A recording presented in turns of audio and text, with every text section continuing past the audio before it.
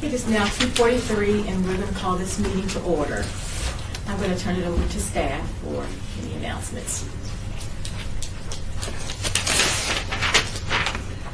Afternoon, John Bolster staff. Are we in compliance with the open meeting law, Madam Clerk? Yes, we are. Awesome. Turn it over to you for roll call. Yes, please. Thank you. Okay, we have Chair McCoy, Here. Vice Chair Asselin, Here. and members McGrath, Here. Member Aker, Here. Member Ewan, Here. Member Jordan, Here. Member Hartley. Could you please confirm your attendance via telephonically? Here by phone. Okay, thank you. Thank you. That's it. And we do have a quorum. Oh, I'm sorry, Member Aker. No. I apologize. No, you called me. Oh, okay. Yes, we did. We do have a quorum, Sean. Thank you. Thank you, staff.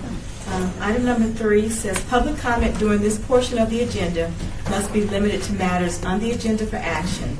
If you wish to be heard, give your name for the record. The amount of discussion as well as the amount of time any single speaker is allowed may be limited. I'll turn it over to staff. John Bolster staff. Item number 4, report on grants and scoring of the Community Development Block Grant Public Service applications and funding recommendations. Today is presentation day, number 2. Thursday will be your last day for CDBG, so there's 3 days of CDBG presentations. And I'd like to announce for the record that the Latin Chamber of Commerce Community Foundation has withdrawn their application for public service funds under the youth category.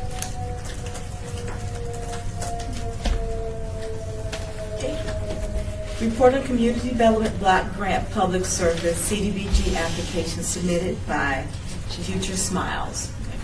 First, please. Madam Chair, could you please read the entire item? You have to read the whole thing for 5. Oh, okay. You can go ahead and stay there. Okay. Report on Community Block Grant Public Service CDBG application submitted by Future Smiles, Goodwill Industries of Southern Nevada, Inc., Helping Hands of Vegas Valley, Inc., Jewish Federation of Las Vegas Natural History Museum, Nevada Community Associates, Inc., Sunrise Children's Foundation, Project REAL, REAL, Rainbow Dreams Educational Foundation, Rebuilding Together Southern Nevada, Clark County Public Education Foundation, DBA, the Public Education Foundation. So first up we have Future Smiles. State your name for the record. My name is Terry Chandler. I'm the founder and executive director of Future Smiles. I'd like my colleagues to introduce themselves too, please. Joanna Cummings, Program Resource Coordinator, Future Smiles. I'm Vicki Herman with the Clark County School District Related Services Department. I was really honored that we were selected for CDBG to come for the presentation, so thank you for hearing our story. We have some handouts that you'll get, I guess, at the end of this meeting. I'll speak about them quickly just because they kind of help me go with my portion of presenting to you. One is a map of the Clark County School District, and it shows you all of the schools that have some sort of a wraparound service, whether it's a health-related service, a school-based health center. I've highlighted my 5 schools for the city of Las Vegas, and you can kind of see that we have a nice smattering of those schools that will be targeted for this proposal, and you'll have this map for your review later on. And then I also have a blue paper that identifies those 5 schools. So the schools in our proposal will be Brindley, Clark High School, Cully, Hollingsworth, and Rono. Those 5 schools are in the city of Las Vegas. We anticipate that they'll have a higher percentage of residents that will be seen by them. But we have some other school-based health centers that are open to all children in Southern Nevada. So those children can also access care at Cunningham Elementary, for example. When I did the feeder school alignment for our 5 schools, which I thought was really interesting, Brindley Middle School is it's a major corridor for 7 different schools that are in the city of Las Vegas. And because of that, we'll be targeting a lot of residents of the city. And I think that Brindley Middle School will be a nice place for our program to really try to see more children and have more participation at the school. When children are of the age of middle school, their second molars are erupting as well as their premolars. So as a dental hygiene-based program that provides preventive services, we can put that protective dental sealant on those permanent teeth so that they will not ever get a tooth cavity in those teeth. That's what a protective sealant does. It is a barrier for dental bacteria that causes tooth decay. In our proposal, we have stated that we will serve 960 children from the city of Las Vegas. We will track them by zip code, and we will report that to the city in our reporting mechanism. 600 dental screenings will be provided, which usually also includes an oral health education piece and assessment. 300 dental cleanings, which means that we will be bringing portable dental equipment into some of the school settings, as well as our mobile program that does the dental sealants.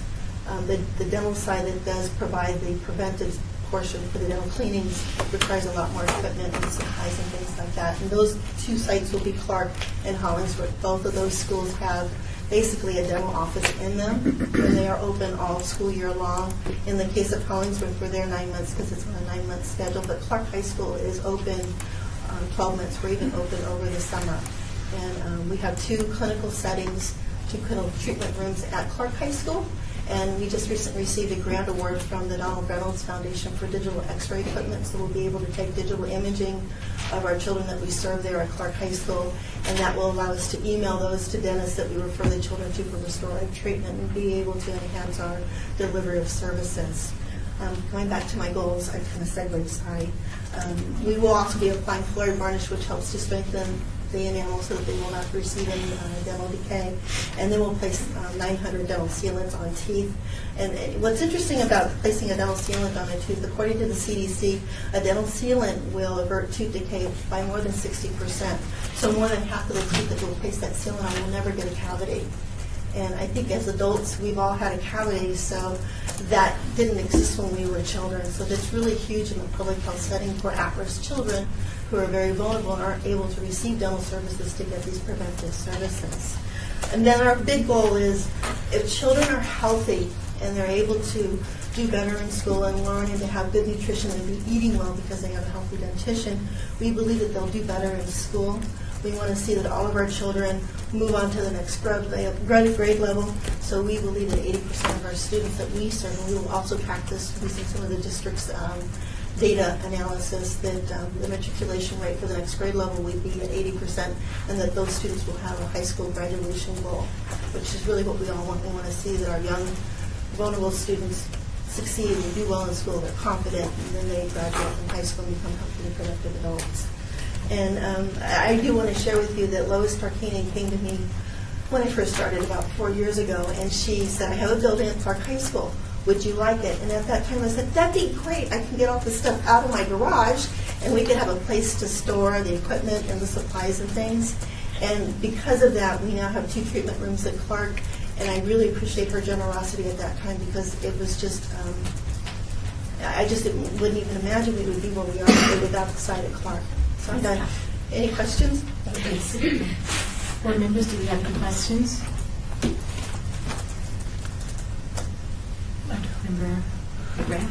Tom McGrath, thank you for presenting. Can I ask, who are the dentists or dental clinics that you've aligned yourself with? I looked at your board of directors hoping to find a dentist, that they're all attorneys. And There's one attorney, they're not all attorneys.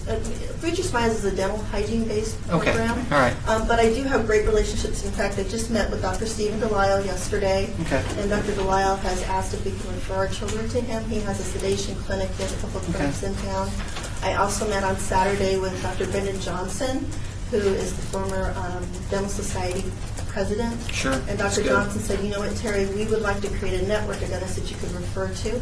We also refer to Dental Care International, which is Dr. Donna Cullen's facility.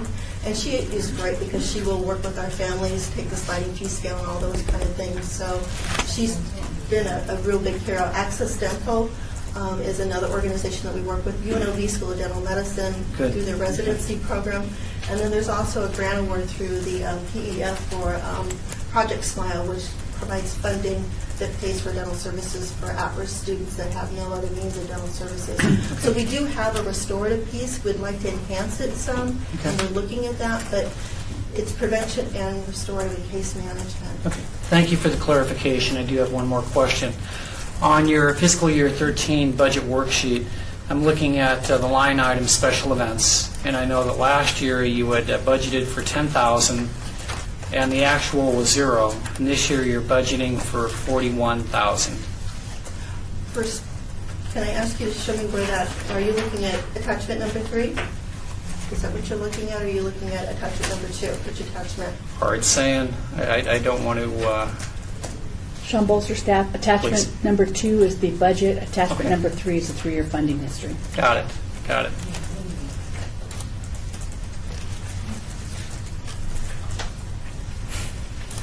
Just for my clarification, so I can answer your question. We have not done like a big fundraiser. We do Okay. have Nevada Big Give. We have funders that fund through Razoo. We have various things like that. We have funders that have donated through our charity boxes that are in the facilities. We talk as a board about trying to have a little event, Sure. but we haven't done that yet. I know that on the attachment number 3, it asked for the projection for 14-15, so the board of directors has talked about doing a funding event. But thus far, our fundraising has been grant writing. Okay. We always like to see alternate sources of funding too. And I know this is your first year that you've applied Yes. here, right? All right. Question answered. Thank you. Member Aslan, on attachment 3, you have a carryover from, I guess, last year to We this year, did. 214. Well, our funding cycle has been strange this particular cycle. Our fiscal year runs June through July. Excuse me, July through June, I beg your pardon. And then we've had some funders that are on a calendar year. So some of that funding is the calendar year funding that will go from 2013 to 14 to 2014-15. It's 2014 calendar year. Does that make sense? The Lane Wynn Foundation funding came at the beginning of 2014, so our fiscal year will end in June, and then that will carry over. Got you. Okay, that Okay. does make sense now. Member Ewan? Member Darrell Ewan, on your Exhibit 3 again,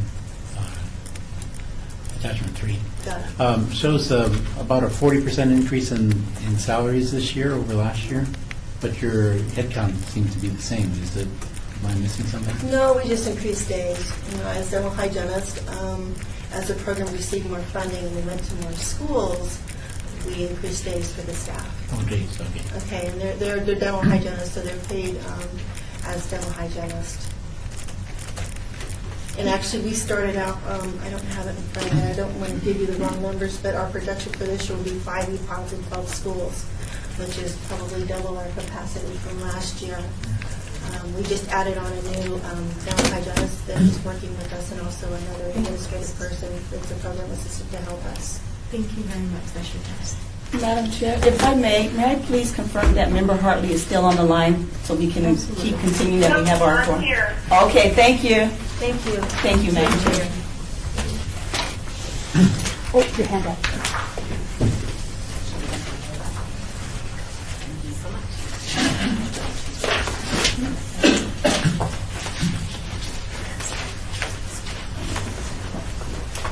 Next up, we'll call Goodwill Industries of Southern Nevada, Inc.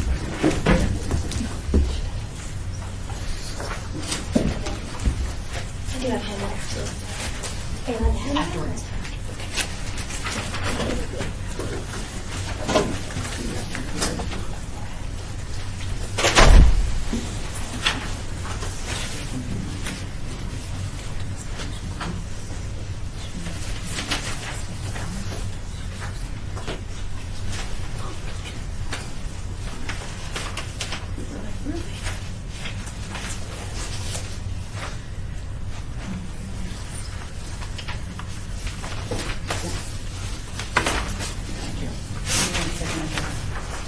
I have to read the clocker.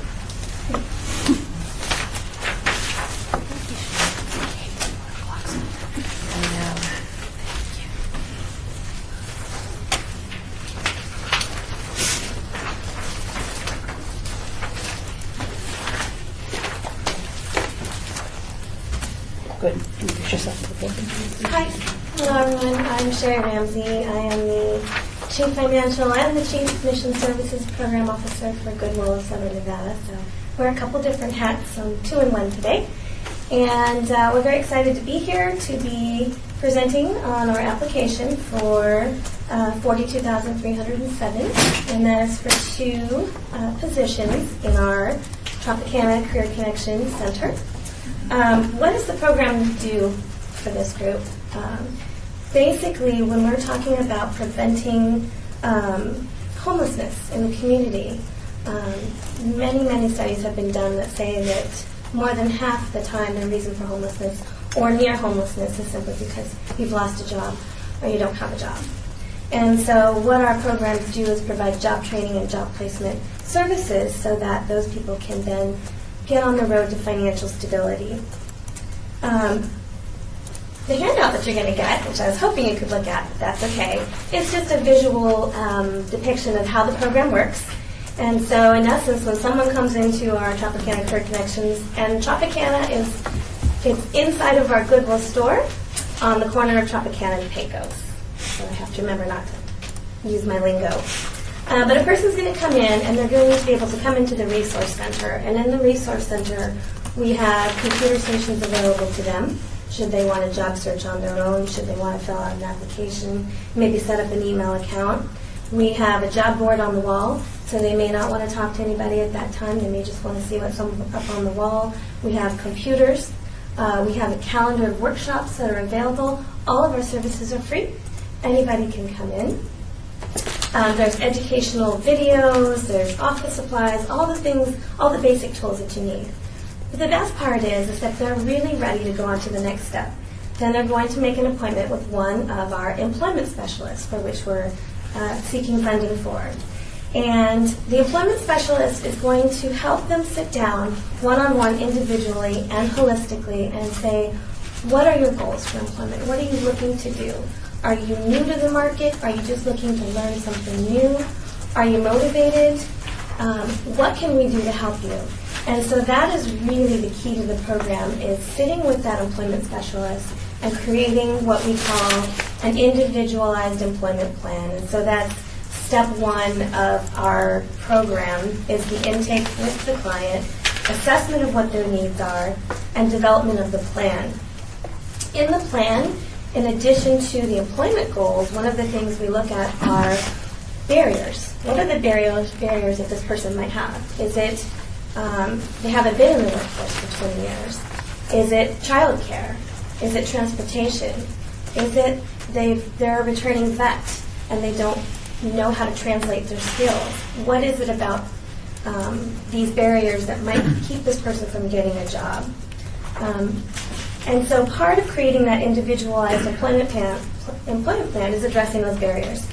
So from there, we're going to move them on, depending on their plan, to do career readiness and skills training. So if we've got additional other funds available to us, so if they'd like to learn to be a truck driver and they're willing and they're committed, that might be an option for them. The other piece of it is what we call supportive services. So that goes back to the hygiene kits, the gas card. Are you about to get kicked out of your house? Are you homeless? And if you are, let's put you in touch with some agencies to help you with that. If you're near homeless, let's get your rent paid for the next few months, and that way you can focus on getting a job.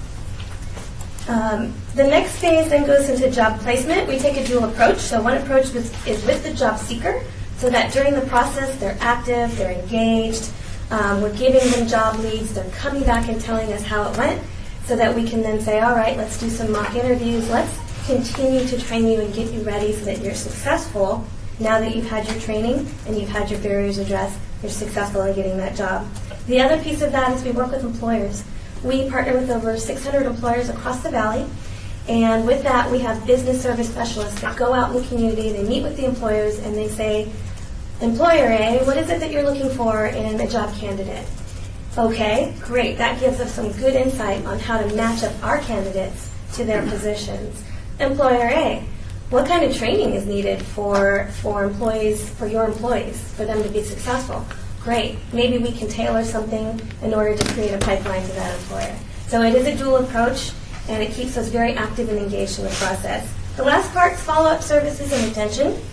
For the job seeker, that means us giving you a call. Keep in touch. Let us know where you are. How can we continue to help make sure that you're successful in your job? And for the employer, it means Employer A, what went well, what went bad, what did work for you, what didn't work for you, so that we can get better at the services that we deliver to you as an employer. At the end of the program, in terms of on the backside, we look for just a few outcomes. One of those is that the client is gaining financial independence. We can do that by measuring wages and things like that. We want the client to receive some employment benefits, okay? And we know that they're going to be more emotionally and physically improved, and so it's great for their well-being. And lastly, when we are able to put our low to moderate income clients into self-sufficiency, it actually benefits the entire community. So thank you for listening to the presentation. I'm at my 5. Can I answer any questions? Board members, do you have any questions? Member Aslan? No, I'm sorry. it's okay. How do you track the people that you help? That's a great question. We have a client management system. So everyone that comes into one of the centers, and so the Trauma Care Center is one of our centers, gets logged with a simple PIF sheet, which is just basic information. If they come in and self-serve, that may be all the information we get on them, some basic information, but if they sit down with one of our employment specialists, we're going to do a complete intake, and we're going to enter all of that into a client management system that we can report off of. And one more question. How do you determine which folks get that further where you would pay for their training or how do You know, determine? we take a look at several factors, but I will tell you the most important factor is that they're willing and engaged. At Goodwill, we like to say we give a hand up, not a handout, and so that client might come in simply expecting to get something, and we really don't take that approach. If they are willing to work, we will go to the ends of the earth for them. Certain programs might have some parameters around it. We have a veteran program, so that might require some paperwork. We have some federal funds that might require some other documents. But the biggest driver of that is if I know that if I can do this for you, you can get this job, that's what it takes. Member Ewan. Member Ewan, what percentage of your clients go on to actually get jobs? Well, last year we placed over 2,000 people across all of our centers into employment. And so we like to say our placement rate is hovering anywhere from 68 to 70% of the people that get enrolled in the more intensive programs. Not everyone's going to make it, obviously, but we strive to keep that percentage as high as we can make it.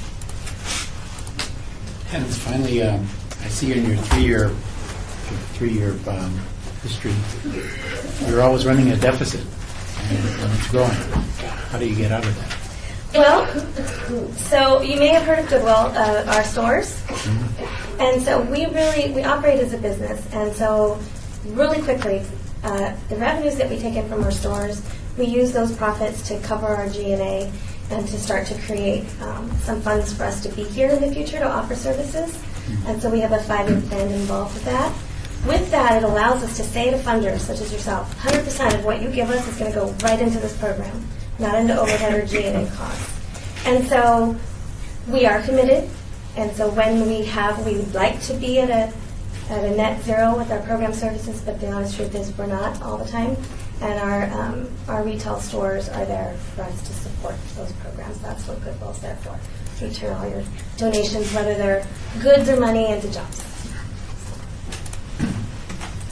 Any other questions, board members? 2 minutes left. We have 2 minutes left. Would you like to say any more? Would you like to say any more?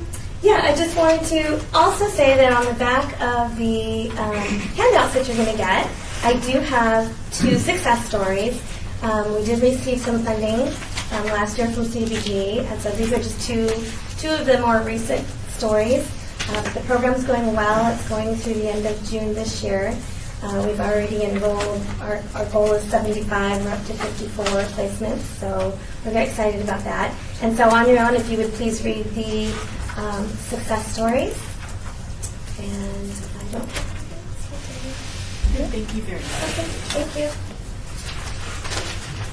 you. Madam Chair, Sean Bolster, staff. I did forget to announce that you'll have 10 minutes for your total presentation. At 5 minutes, I'll hold my hand up, or you'll see Tara with the red paper that just lets you know that you've used 5. Stop for a minute and let the board have 5, and then you can use whatever time is left. Sorry.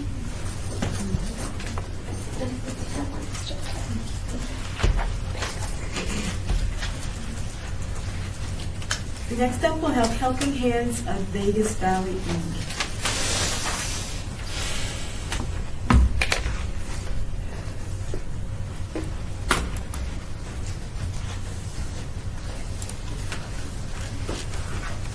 Hi, good afternoon. I'm Dana Serrata. I'm the Executive Director of Helping Hands of Vegas Valley. And to my left, I have Alice Chasen. She's our bookkeeper. And to my right, I have Berta Zornizer. She's one of our clients. Helping Hands of Vegas Valley has been around since the year 2000, started to provide transportation at no cost to the seniors living in our valley. And we are currently serving the 500 square miles of our valley with transportation services, and are the only ones that are offering free transportation services to seniors in our area. We currently have over 700 clients that we are serving with multiple rides. Every month, it's at least 2,000 to 3,000 rides that are happening, and we've got another 800 plus on the waiting list. Our senior population is one of the fastest growing in the nation. We're like the number 3 in the nation. And so every time we take 10 people off the wait list, 12 people call us and need service. And the central part of the valley that encompasses the city of Las Vegas is one of the heavily populated areas with seniors. So I wanted to give, I know you know what we do, we've been here before, and what we're asking for this year is funding to help us to keep expanding our transportation service to include some part-time positions so that we can have the weekends covered. So if people want to go to the grocery store or to the bank, we can divert those rides to the weekend and leave the weekday open for medical appointments, which are so important to our seniors to make sure that they can take care of chronic illnesses and get their medical issues taken care of. So, Berta, you want to say a few things? Yes. I've been there for 2.5 years. I'm going to be 85 next month. And this is the only help I get. I get food pantry and doctor's appointment, dentist appointment. Without this, I couldn't survive because I have no family here. So try to open your hearts and help this Helping Hands because it's really worth it. I'm very happy with the drivers. They're very courteous and everybody is helpful. So Berta is she's not an exception. She's actually, one of our clients. I'm one of them. She's one of our clients that we serve every day. And many people here, unfortunately, move here for a great retirement lifestyle. And as they age, find out that there aren't the social services here that we need to keep them healthy and happy in the community. And so that's what we're here to do. Yeah, we need this service. Otherwise, we're going to survive. And that's our presentation. Thank you, board members. Do we have any questions? Member McCoy. I would just like to say thank you, Berta, for coming in and sharing your story with us. I am really, really proud of the organization and the services it provides to the Las Vegas Valley because it is difficult for seniors as they're aging to find themselves 1 minute dependent and then suddenly they're independent with no way to maintain self-sufficiency. So, I want to commend you and thank you for your program. Thank you. Thank you. I'm sorry, McGrath. That's okay. Thank you, McGrath. Thank you, Berta, for coming in. Appreciate it. Can I ask, how many employees do you have? Right now we have 1 part-time and 8 full-time, I believe. Okay. All right. I was looking at the expenses under salaries, and I didn't know how many you had. Okay. Yeah, and actually the salary category too is because we entered into a true collaboration with James C. Strand Helping Hands of North Las Vegas, Okay. we also are the infrastructure for their transportation. So we work with their drivers and we pay part of the salaries for their drivers and take care of the whole North Las Vegas and Las Vegas Valley. Okay. It's very helpful. Thank you. Appreciate it. Any other questions, board members? Do you have anything? Oh, sorry, Member Aslan? Member Aslan, how many, I don't know how you describe it, but how many people trips do you provide? Right now, we have 131 City of Las Vegas clients that meet the criteria for City of Las Vegas. And our goal for the year was 178, so we're almost there, and we still have a few months left. We're giving trips are one way, and so every time someone enters and exits a vehicle, that's a one-way ride. So the trips per month are between 3,000 and 4,000. And a client, just because we only have 131 City of Las Vegas clients right now, we have another almost 600 from other places in our valley, and they take multiple trips. So, the ability to add just 2 more days onto our schedule and a little bit longer time frame into the later afternoon allows us to add many, many more trips to the week. Thank you very much. Thank you.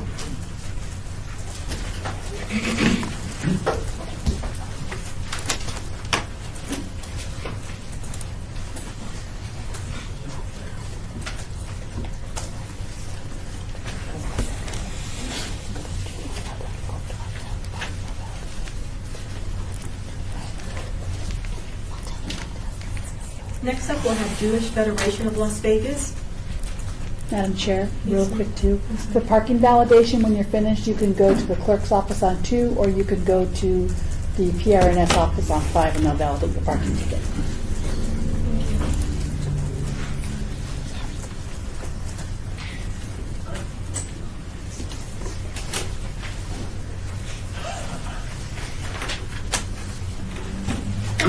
Good afternoon, everyone.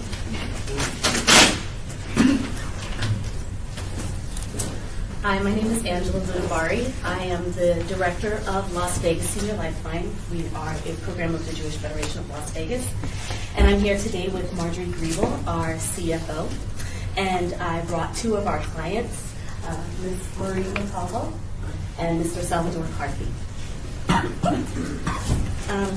I'm very pleased to be able to present our program once again to you. This year has been phenomenal for us in serving our clients. As of current, we have 178 clients that we serve through the City of Las Vegas grant through Case Manager Services. And Case Management Services is so pivotal to what we do because it starts from the minute a client calls our center to apply for service. We assess what their needs are, find out what their current support network is, and give them information about the programs that we offer and how those services may better equip them to be independent. So for instance, we offer assistance with transportation for medical and transportation for grocery shopping. We have a nutrition component which is done through our served meals program, our congregate meal program, and our emergency food voucher program. We also have assistance with homemaking to help people maintain a clean living environment for their optimal health needs. And we have assistance with home safety modification, which is the grab bar installation, and wheelchair ramps and any other type of equipment that can be installed and help someone maneuver safely through their home. So when someone calls our office, they don't always know that we have those services. They may be calling specifically for our medical services, taxi cab voucher, assistance, to get to and from a doctor's appointment. And in conversation with them, our program manager, who is typically the first person they talk to, is able to jog a conversation that will give us more information about what services we do apply, what we do provide that may also be applied to their case. And that's just with the program manager. That's before a case manager even gets to their home. So when a case manager goes to their home, they do an even deeper evaluation. Now we're getting into what their support network is, what other services they may be utilizing throughout the community so that we can make sure we're not duplicating services. And also just trying to find out what their needs are. If it's not something that we are able to provide, we have a wealth of resources and other agencies that we partner with and are familiar with throughout the valley that we can refer them to. So our goal this year is to assist 223 City of Las Vegas clients. Our focus will be on really emphasizing our emergency food assistance, specifically because a report done by 3 Square over the past year found that a lot of needy seniors live in many of the City of Las Vegas zip codes and are suffering from food insufficiency. And I know that we have programs that can help them with that, in addition to referring them to other services. We consider our clients like family. I mean, we talk to them almost every day, so they might as well be family.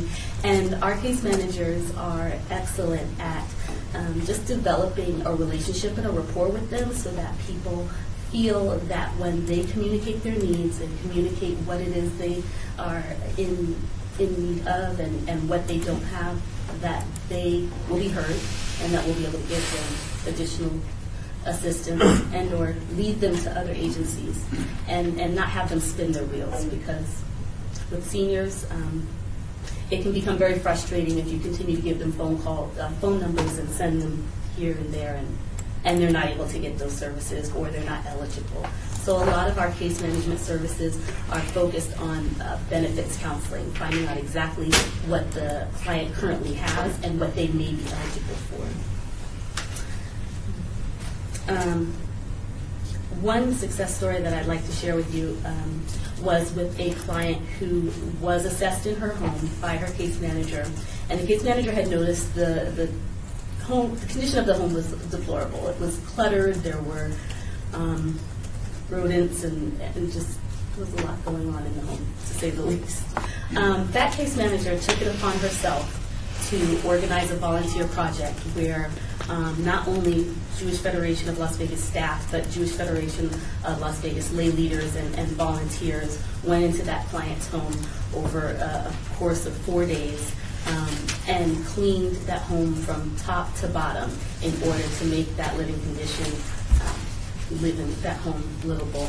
If we hadn't done that, if our case manager hadn't taken that step, that woman would have been evicted out of her apartment. So that's just one of the many things that we do to go above and beyond. And that's 5. Board members, do we have any questions? Member Hassel? Do you, every year, do you have the same clients? We have clients that carry over year to year, and we also get new clients. So if a client is still eligible for services, if nothing has changed in their situation and they still have the need, we will keep them on and continue to serve them. Because I would imagine that that might be the case in a lot of situations, because things can't. They're not going to go out and get a job to make their income Right. any better. The majority of our clients are in need of assistance, not on a temporary basis, obviously on a long-term basis. Sometimes it can be temporary, depending on the situation to which they're needing the assistance. I had another question too, and I can't remember. Any other questions, board members? Would you like to say anything else with the remaining time? I'm just pleased that we're able to do the work that we're able to do because of your generosity, and I hope and pray we can continue to do so. How much time do we have left on? We have 4 minutes. Did your guests want to say anything? Would you like to say anything about Las Vegas New York? Yeah. Up there? Sure. State your name for the record, please. Good afternoon. My name is Marie Montalvo, and I'm very grateful to the Jewish Federation, also Lifeline. They've been more than nice to me. And not only that, when you call, they were legitimately nice. And I felt comfortable asking for help and, with different things. I didn't think I called Angela when my dog was dying, crying. I was going to have a heart attack. But I had, I needed somebody to talk to. That's how bad things were. I had no money, no nothing. Can you tell them about the services we provide? Come a long way. Huh? Can you tell them about the services that we provide for you? I'll tell them that. I get incontinent briefs, sometimes a basket of food.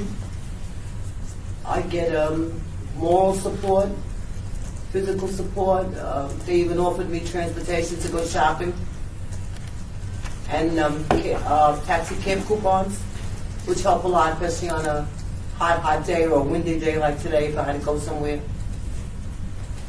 And they do it so nice, nice. I don't feel, funny. I appreciate everything. Thank you. How much time, Sean? 2 minutes. Would your other guests like to speak? So, if you have anything you'd like to say, we have 2 minutes left. Thank you. Thank you. Good afternoon, Jessica. My name is Salvatore Carfi. What am I supposed to say? You can tell them What's the about our question? program or anything you'd like to say on behalf of Las Vegas Senior Lifeline. Well, I'll tell you one thing. I'm a little bit hard to hear. I need a hearing aid pretty soon. But anyway, I've been blessed to meet this great agency called the Jewish Federation. To me, it's been great help. In spite of the whole need that I have, my wife was not liking that, and I got to take care of her.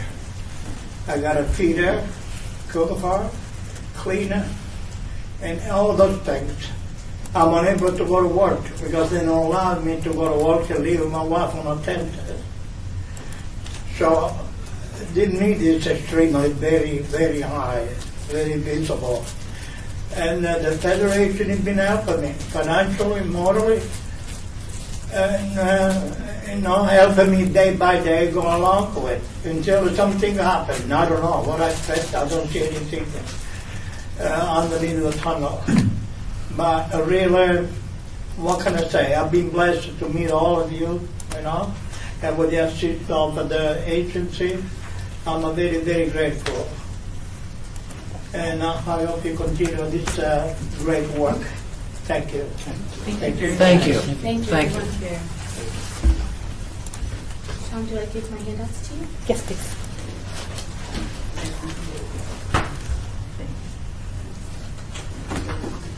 Oh my, 16, right?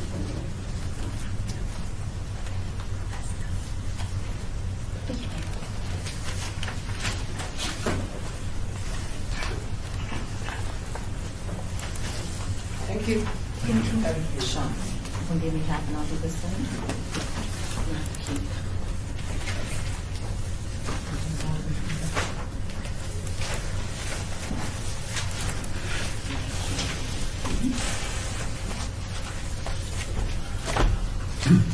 Next up, I'd like to call Las Vegas Natural History Museum.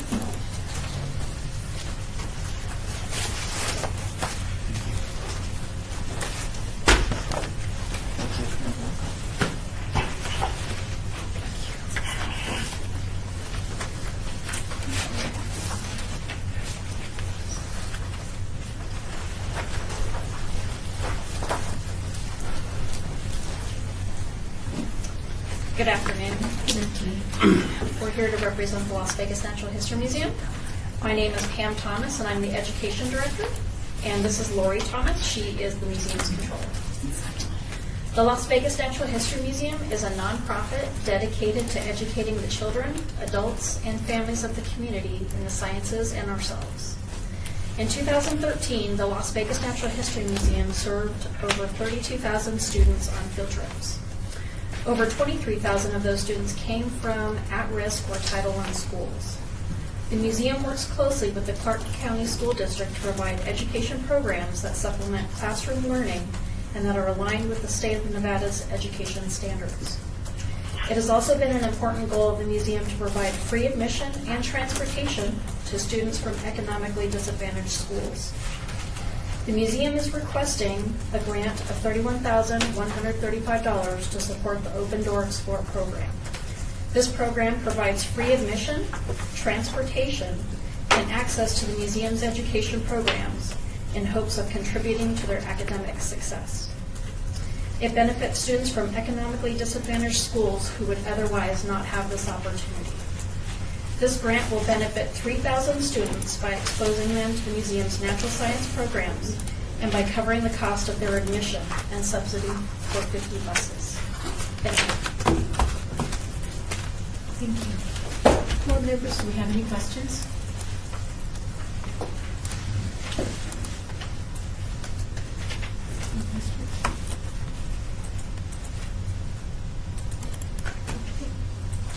Good, thank you very much. Thank you. Just put the time down.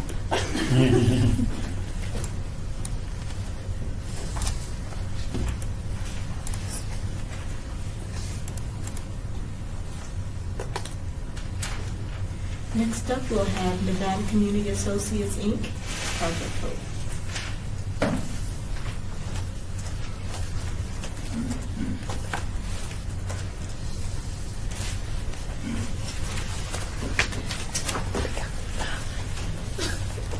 Good afternoon, everyone. Thank you again for this opportunity to come before you, an opportunity to apply for the CDBG grant for Vega. And we're applying for funds for our homeless prevention program.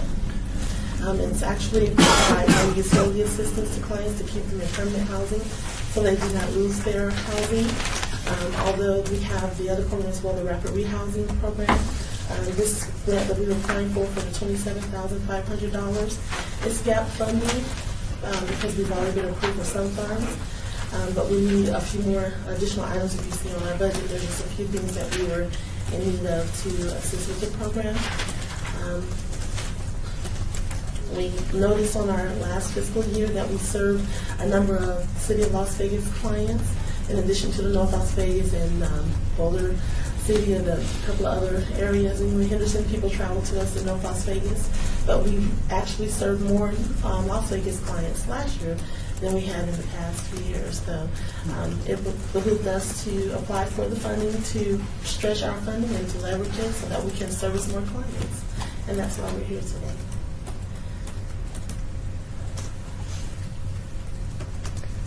Are there any questions? Board members, do we have any questions? Mr. Ashley? So you were just saying that you had a lot more city clients. Is that because I see your numbers went up from 58 last year to 198 this year? Mm-hmm. So that's what that Yes. represents. Correct. Okay. Oh, and so also, we got some more questions. On your priorities for your budget, you list the line items, but I didn't really know exactly. It says number 3 instead of salaries or you've got salaries, you've got. Yeah, it's based on the way you all had it here, direct client services, one administration. So I just put 1, 2, 3 like that. So the priority was the direct program delivery cost. That's the rent and the utility assistance. That's our number 1 priority. Okay. That was just. Member McCoy, I wanted to ask what type of fundraising do you guys do to raise funds for the program? We have a summer program that we generally do, but we're in the process of implementing more. We're doing it's called Street Chic. I'll say that. Well, it's a new program that we're trying to do to raise funds. And it's kind of like it's a dinner, and we've been soliciting someone to come out. That would be a draw. So someone with a big name. We're kind of maybe reaching a little bit too high, but we're trying to bring someone in to talk to the community about homelessness and the prevention of homelessness, because the federal government has put out through the HEART Act, there are so many, like in 2015, they want to eliminate homelessness amongst the veterans, and then by 2020, they want to eliminate homelessness amongst youth and youth who have children that are currently, homeless in our city. And with what we're trying to do is really focus on preventing homelessness, but also for those who are homeless. And I don't know if you know about the census that we currently did, the homeless census that still show that we have close to about 26,000 people still, homeless, unfortunately. And so those goals that were implemented through the Heart Act are things that we're trying to focus on, but we want people to know what's really going on. I know you think it's always somebody sitting outside with a sign or panhandling, but it's not always that. There's someone that's living in a house that's 3 and 4 months behind, or living on someone's floor, or someone who is living in an abandoned apartment or house. And we want to make people more aware of the homeless problem that there is and to help provide a solution.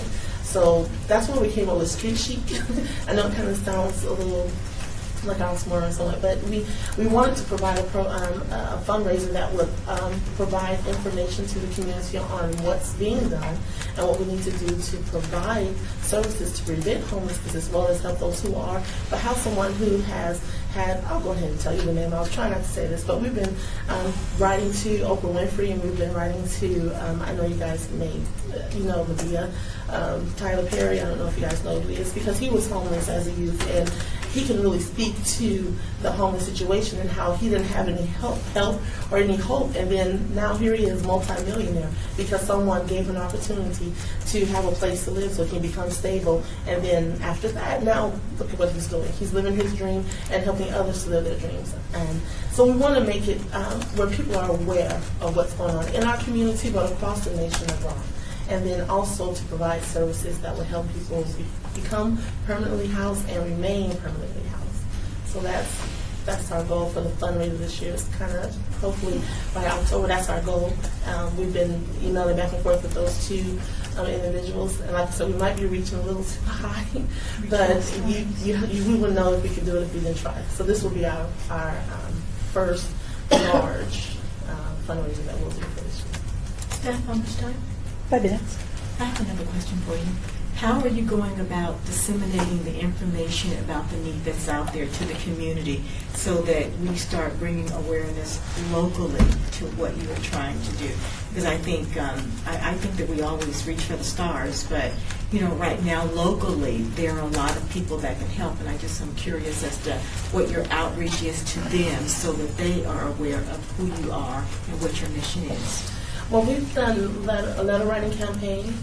Because we're so small, oftentimes people, they say they don't know who we are, but then when we say what we've done, I have heard of you, We've done some letter writing, we've done, some emails. Some of our board members have talked to some people at their place of employment and stuff of that nature. That's basically it on our end, but as a consortium, we are a part, because I told you all the last time with the COC, Continuum of Care, we're a part of that consortium, and everything that they do, we're a part of. We are a part of the Project Homeless Connect that happens every year, the Family Homeless Connect, and then they also did the first Medical Connect this year. We've been a part of all of that, and I sit as the chair for the employability and job readiness section for the last 6 years. So we're doing small things and welcome any advice that you could probably give us to make us a little more known. But we're more focused on trying to provide the services and not really trying to focus on the name somewhat. Because if we provide the services, our clients, word of mouth gets us more information out there about our organization than anything else. So how are you doing on collaboration and collaborating with other entities that might be able to bring some services into your organization as well? We have partnerships with WDC, with Nevada Partners, Land Chamber, a couple of mental health agencies also that we partner with. And they basically refer, it's on a referral basis, and that's really all that we have at this time. Either we refer to them or they refer to us. That's good. Board members, do we have any other questions? And thank you very much for your time. Thank you for taking it easy on me today.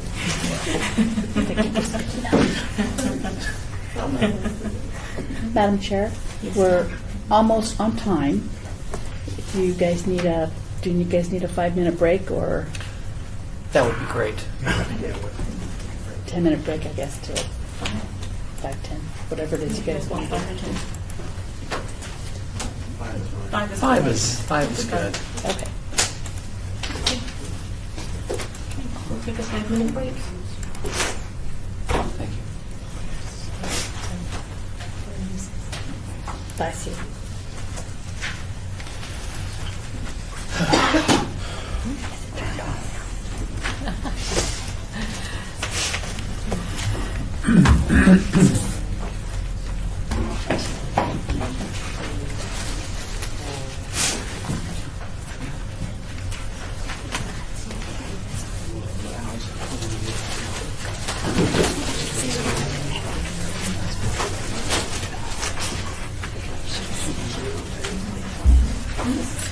I used movers for the first time I moved last year, and I learned a lot about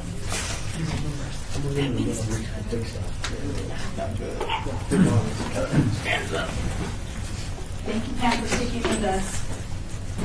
No problem. Is AJ there yet? No, not yet. She got stuck at the school. She should have ran when Rodney ran. You guys go break? Yes. Okay. Take it 5 minutes. Okay. Yeah, you didn't take a break last time. You went all the way through. Good. So was I. That was a long session. Just a little. Yeah, we're caught up again, luckily with the agency that withdrew to help us catch up. Oh, that's right. Okay.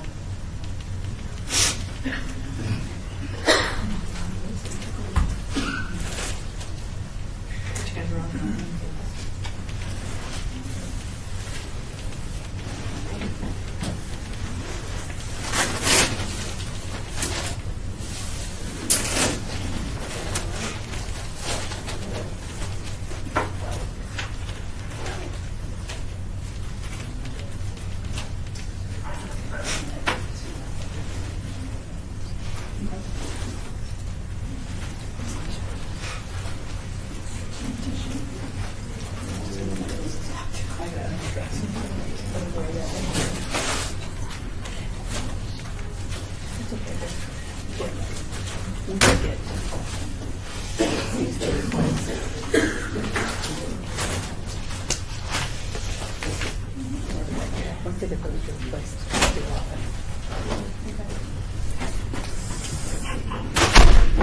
So on this, something like this, I just read this where they're helping 3 years ago, and 8 last year, and they're helping no one this year. I don't get that. Who is this? This is the Lions Company. The homeless outreach. I would ask him. What's your... They serve 22,000, but they're currently helping none. Possibly be correct. Yeah. We don't have Okay, of the double the number of homeless, we're helping none of them. What are you going to tell me? Yeah. How's that? What's your affiliation? Helping the homeless are Do you have a bank account? Carl would have the most pertinent, but it seems to last, but he goes around. Do appointments twice a year. Once in the summer and doing all that. I remember Mayor Goodman Oscar did. Used to send out people, county people to parks. Where we did that at the end. Tired of this, you know? I was just getting over it. So I said, no thanks. That. Yeah, we could do that. What is the number? So it's a different take. I don't know the number off the top of my head. I know that it's peaked at 11,000, and I think it's down to about 8. That's just. Yes.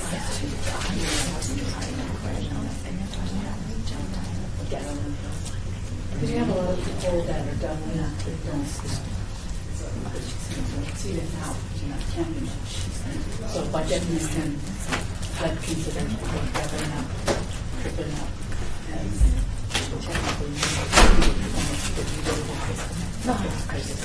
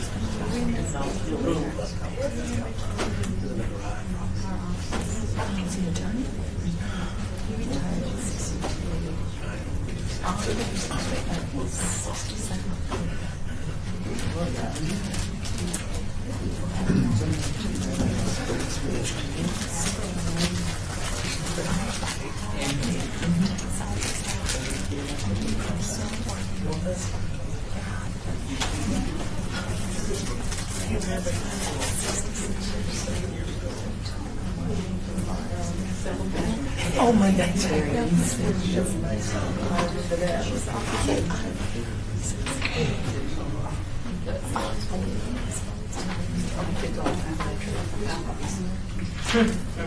He had a plan to it. Could make more, I could buy more. I think, I mean, I think that we my Exactly.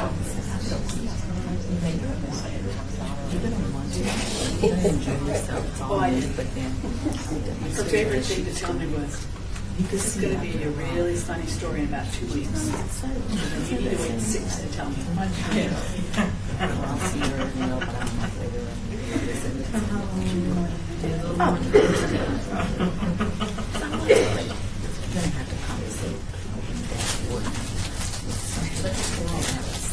They go on trips. They go to concert in Utah or Arizona. I don't know where you were. Something happened. I didn't know where you were. She went on trips. Her favorite tagline was, I'm in history and honors classes. So pretty much she can do what I want. Yeah. You're right. And I knew that.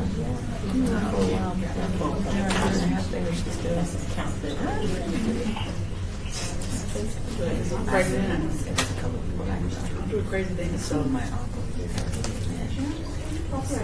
Oh, this thing was happening. And then one time we talked to. I've been to about a lot of that. For a concert or something. And she usually sometimes when she sees us, people get tired. I was a good kid. I didn't get caught. I was a good kid. But I was a baby boy.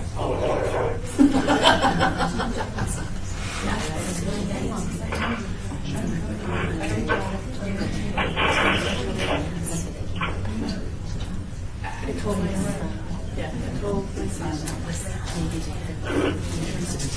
that he maintained a 3.0 or 5 on the car. I would explain that 2D, 1D, 1C, 3A, whatever, however you want to do that.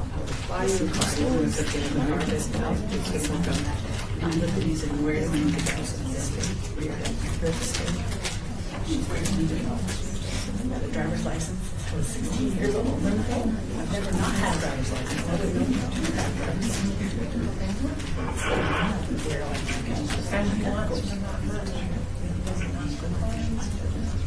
Wow. I wonder what that's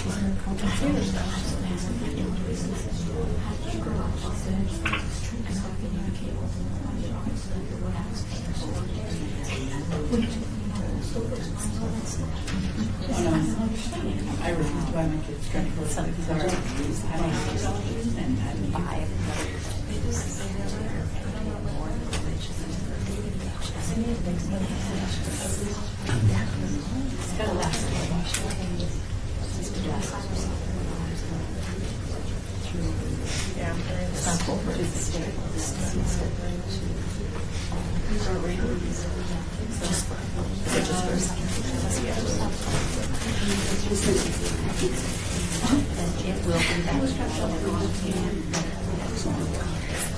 She can't get medication. She's got a ways. Ready?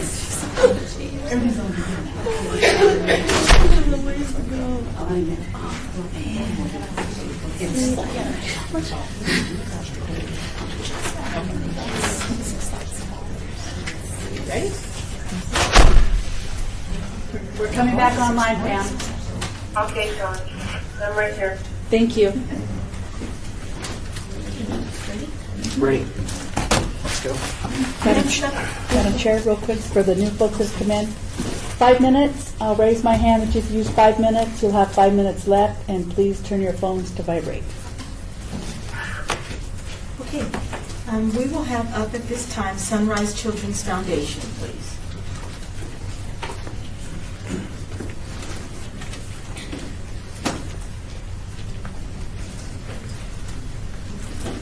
Good afternoon, everyone.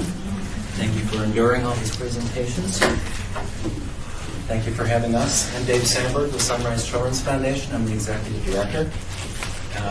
We have 4 programs at Sunrise. We're the only early Head Start program in Southern Nevada. We have 4 WIC clinics. We have the Nevada Home Visiting Program, which are children 0 to 5 years old receiving home visitation. Behind me, I have Angela Trichet, who's our Director of Programs, who brought the Hippie program to Las Vegas 18 years ago. To my right is Ketasha Jackson and Amanda Allison. They're both our Hippie managers, and they're going to do our presenting today.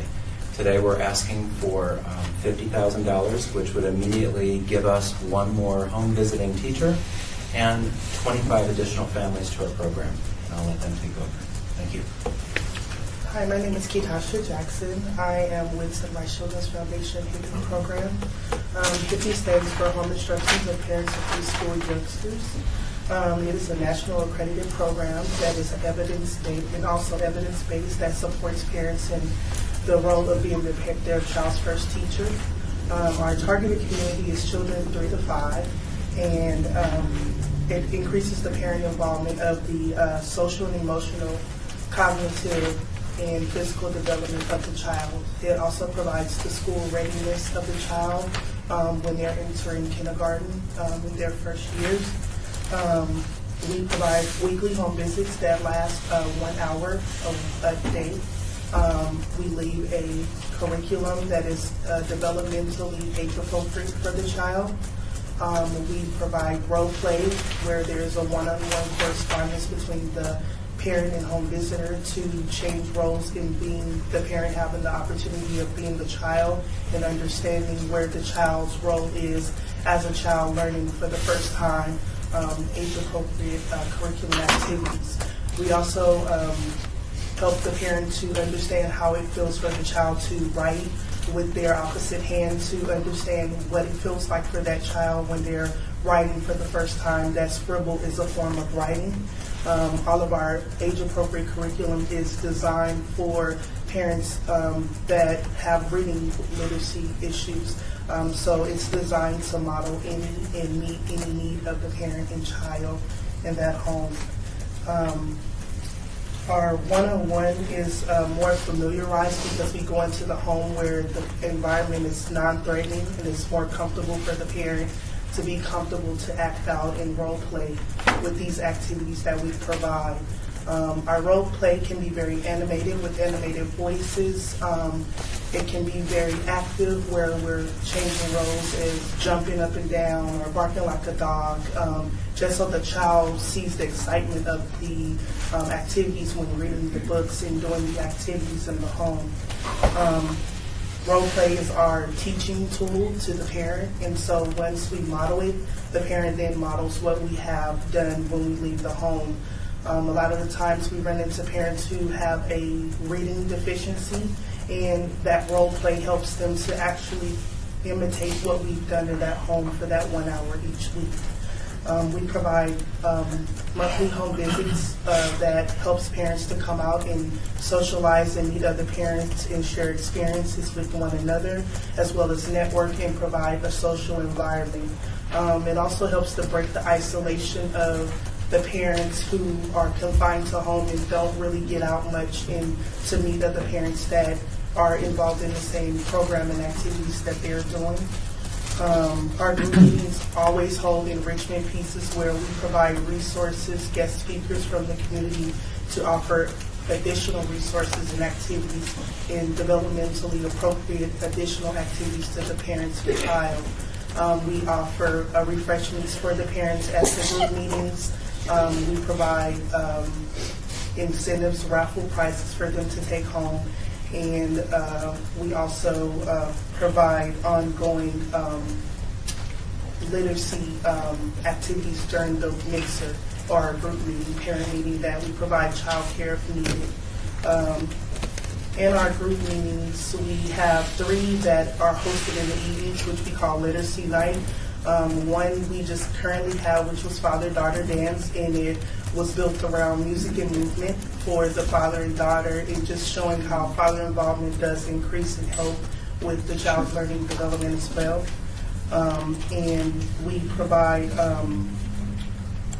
3 ongoing assessments, which is our Healthy Families Inventory. That it's a questionnaire that parents do in the beginning of our program just to see where they are as far as where it leads to behavior and child abuse risks in the home. Or we do a teaching strategy, which is an ongoing assessment that increases the involvement of learning and activities and seeing how much interaction that parents actually do in the development of the child and the progress of our program. Our program is a 30-week program. It has 30 activity packets. It consists of 9 storybooks. And it also, we provide the supplies, which is glue, scissors, pencils, and so forth for the parents to actually do the activities in the home. We have a end of the year achievement celebration where we recognize the parents for their accomplishments as well as the children. And there's a cap and gown and picture and photography as well at these events that we pretty much invite our community partners. Does the board member have any questions? Member Aslan? Member Aslan, how did you find your clients? Or how are they referred to you? We do partnership referrals, community partnerships that we have in the community that refer families. We mostly do door-to-door and get the word out to the families. We also do presentations to agencies if they're not familiar with our program.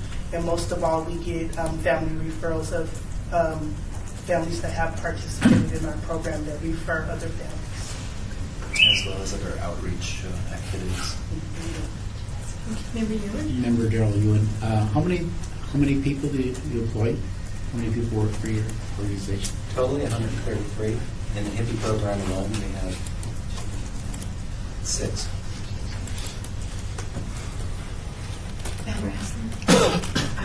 Is this a 1-year program? Or? It's a 3, 4, and 5-year program. We try to get our children at the age of 3 so that they can transition from the 3, 4, and the 5-year. And do you find that the clients that you have remain in the program? Yes, we for do. the duration? Yes, we do. Member McCoy, when you say you go door to door, what areas how do you decide what areas you will go door to door? We target our most at-risk zip codes, which is 89106 mostly, in our community partnership with housing, the Housing Authority, and we do door-to-door with those families as far as flyers and sign-up sheets where we retain their information and give them a call and see if they're still interested in the program. And at that time, we set up an intake. Any other questions, board members? How much time, Sean? 3 minutes. Would you guys like to say anything else? We actually have some handouts. It's the curriculum and the books that we use, and so there's actually a packet and a book that we would take into the home, and so. Now those are for you to keep. Yes. Take home and share. Yes. If you know a young child, then you can share your book with them. This and is our so, outreach purpose. We're yes. trying to recruit. And this is exactly what we bring into the homes with our families. This is the activities that we role play with the parents, and so that they get an idea of, they get to have the fun, and so they get to instill a fun learning with their children. You had 25, Member Darrell Ewan. You have 25 of these children every year, is that what We currently have 75 enrolled in the program.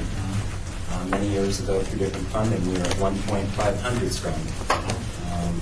The year before last, we were at 100. We brought it down to 75. This next school year, with the current funding that we have, we're going to be raising that to 100, and hopefully with your money, another 25 beyond that, 125.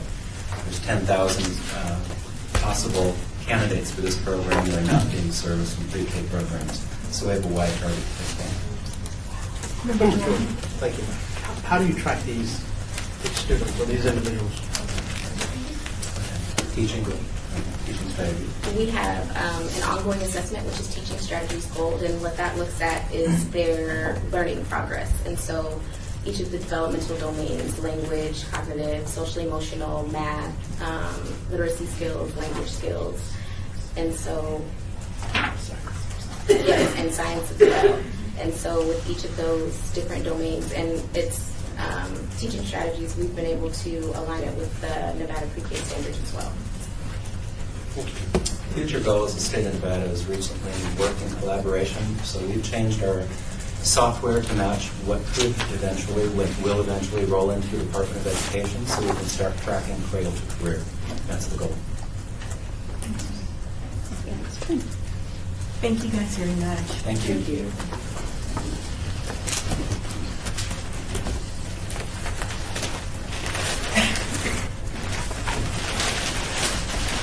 Thanks, guys.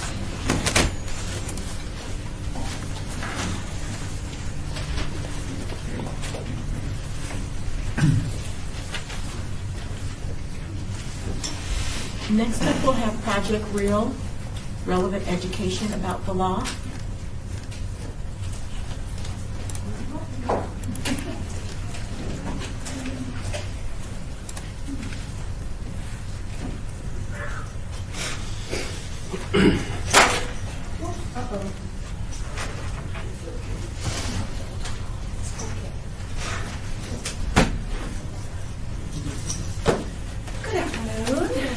Good afternoon.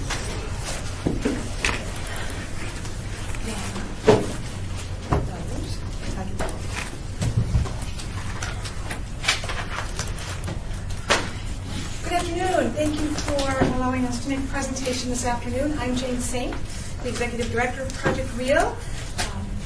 Sam King is our Program Director, and Detective A.J. Elap is one of our fabulous volunteers who goes into the classroom, works directly with the kids, and he's going to share with you the real impact that he sees with the kids. Excuse me.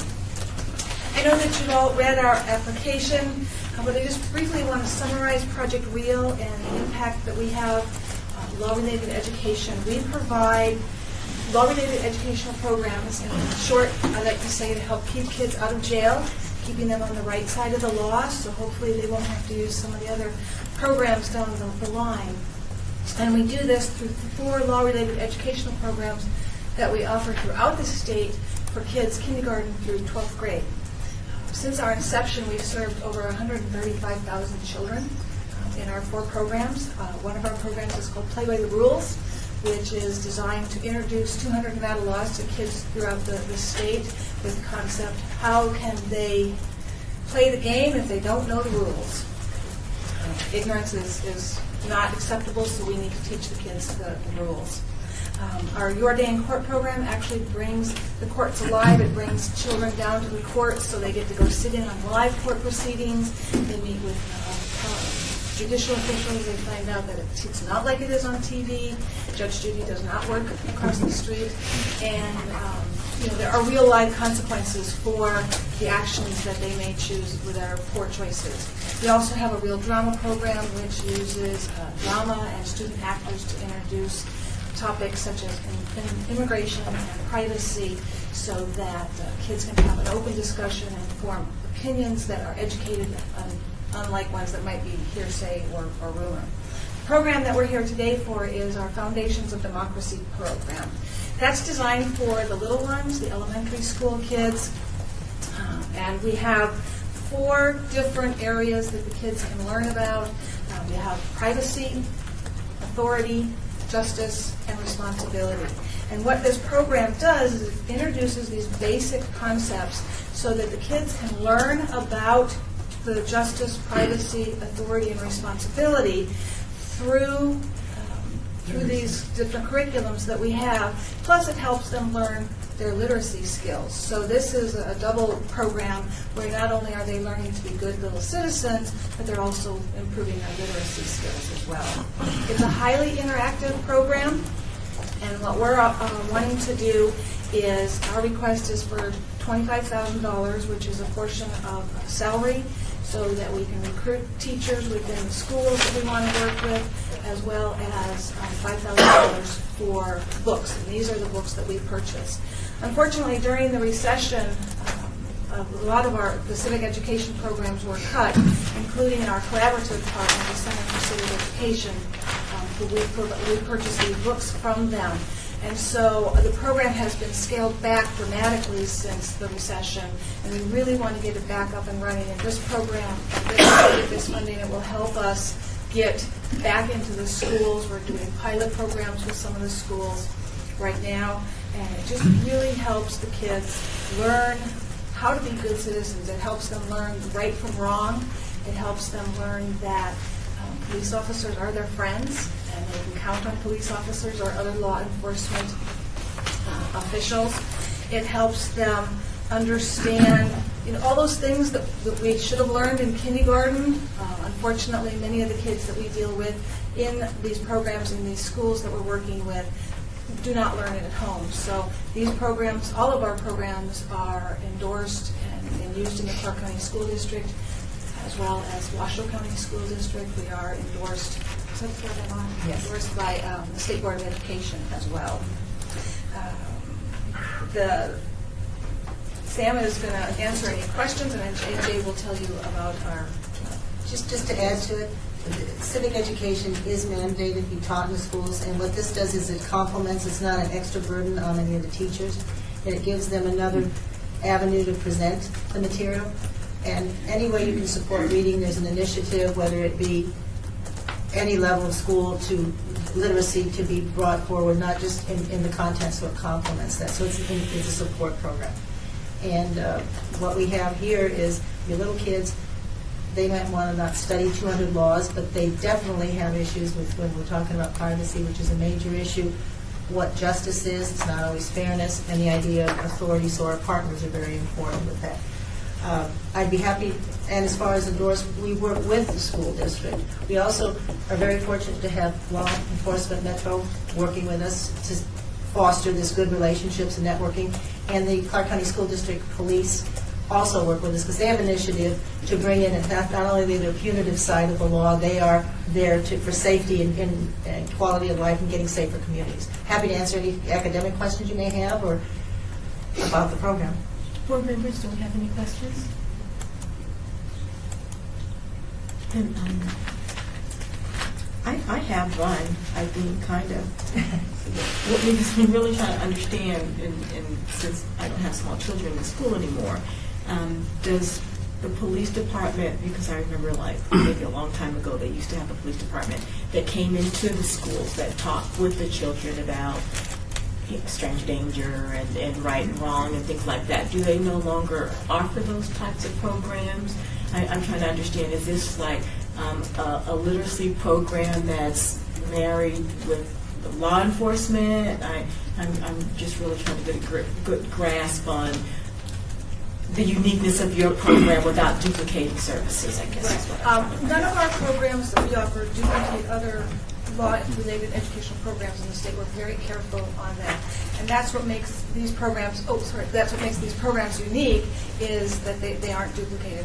What we do is we marry the learning the basic principles of the democracy with literacy, learning literacy skills, so really that the kids can be better citizens down the road. So they learn right from wrong. They learn that it's okay to talk to police officers. They learn there are consequences for their actions. They learn how to respect others. I think respect is one of the biggest areas that the kids really need a lot of help in because they're not getting that at home. And so this complements their government studies in the lower grades. And AJ sees this. He has been going into the classroom for one time. 9 years. 9 years for us.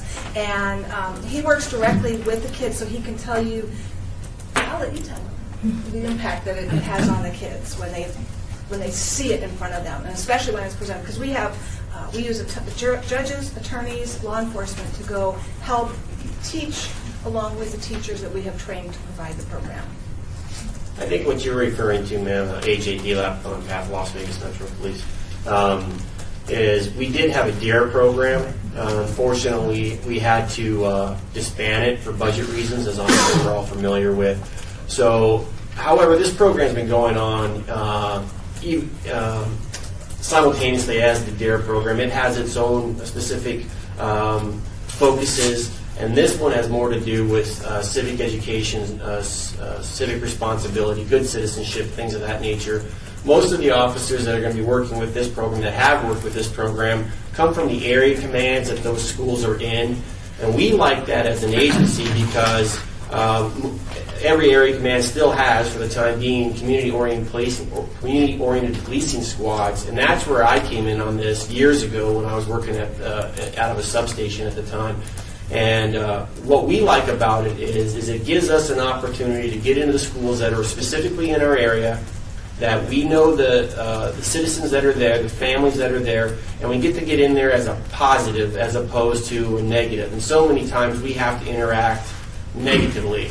And so many times we have to interact negatively and then educate them on how they need to be interacting with not only the police department, but with society, and as one of the key points here is authority. Not to say that you need to follow whatever it is that an officer says all the time, and we all have our opportunities to voice our concerns, but we like the positive aspect of it, and it's great for our officers. I think it's great for the citizens to get in there at a positive level, and this is a great vehicle for doing that. Can I just piggyback? At the last legislative session, they passed SB 163, which said civic education must be taught at all levels. So we're trying to provide that in addition as a support to the schools, and in a positive way, getting that getting that personal touch from the law enforcement, the judges, and helping the teachers with it. So that's character education, it's character, career, college, and that all fits in with that civic responsibility. So it's not duplicating another program, and we never want to bump against the positives of DARE, but it helps them do that same exposure to the kids without taking over another curriculum. We have the areas that are unique. So I hope that plays out. Thank you very much for your time. I appreciate you explaining that to me. Well done. Okay, thank you. And Dennis, thank you for your support, because we know we're going to get it.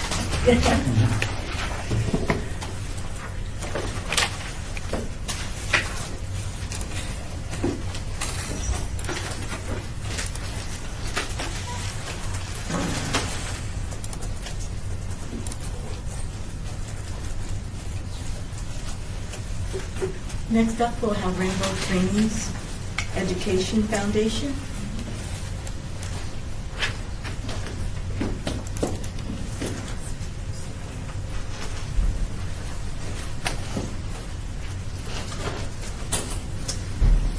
Good afternoon, and thank you for inviting us this afternoon. I'm Diane Pollard, the founder of Rainbow Dreams Educational Foundation, and Melinda Varner is our accountant.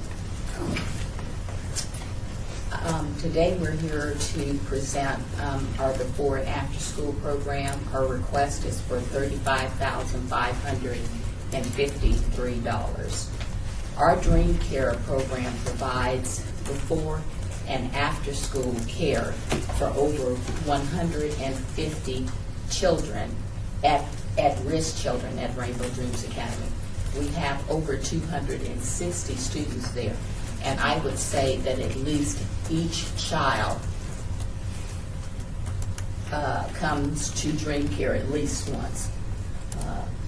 Most of our parents work, are in training, and sometimes they don't know when they're going to have to stay late. Our program is from 6:30 in the morning to 6 p.m. In the evening. Our after-school program is an educational enrichment program. We feel that our program is vital to the economic survival of the family because, like I said there again, most of the time, the head of the household is either working or they're in some training program.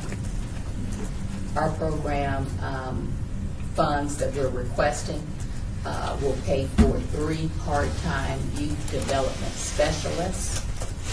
Our goals in our program is to offset the unsupervised hours that children spend at home while their parents are working or, again, enrolled in training. Studies show that poor academic performance is often the result of wasted hours watching television, playing non-educational video games, which oftentimes they're violent in nature. And this is our solution to help our parents. I'd like to read a statement from our president's letter, Dr. Deborah Toney, from our annual report 2013.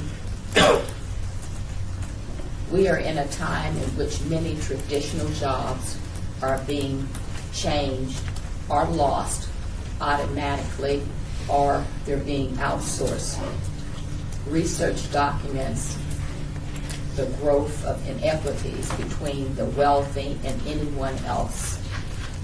Any hope of reversing these trends lie with education, particularly for the children from low-risk income households.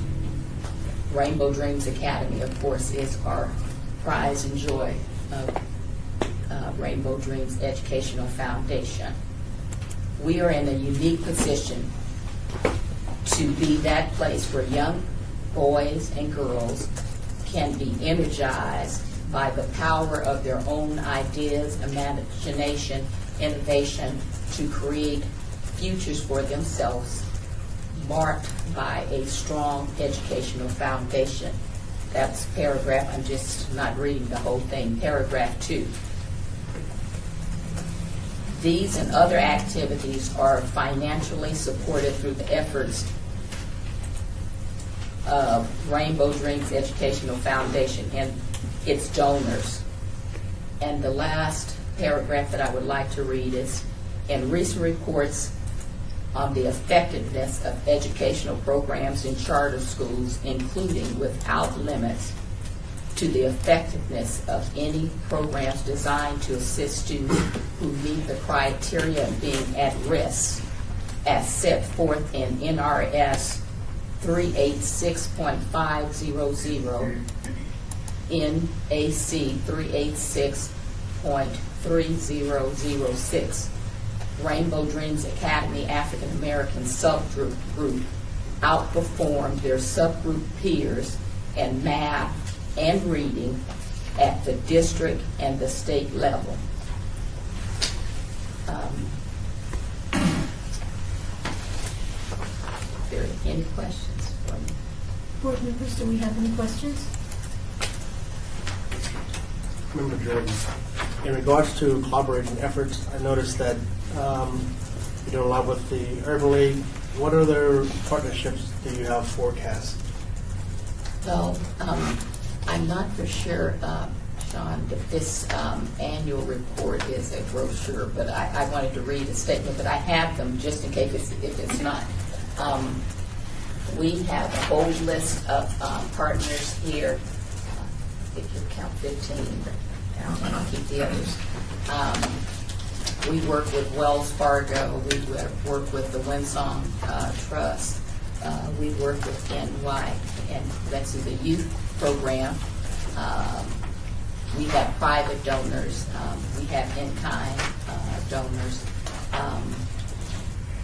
Doolittle, some of our students' parents opt for them to go over into that particular space. So we, try to make sure that the children go over there. I hope you answered the question. Well, yeah. This tells quite a bit. Our program, on an average per child, it's, as you read there, $948. Our total program is $142,215. We don't turn our children away. The foundation has taken upon itself the duty to find the money somewhere. So we're always out looking, searching, and trying to find funds to supplement our programs at Rainbow Dreams Academy. Member McGrath? Tom McGrath, welcome back, Ms. Pollard, and certainly one of my favorite nonprofits. And I noticed that your fundraising and donations continue to track upward year after year. So nice job. Thank you. That's all. Any other questions, board members? Member McCoy? I just want to also commend you for the great work that you do within the community for our children. There are a lot of programs that are out there, but I commend you and your husband and your foundation for actually going into the area and trying to make a difference. So, thank you.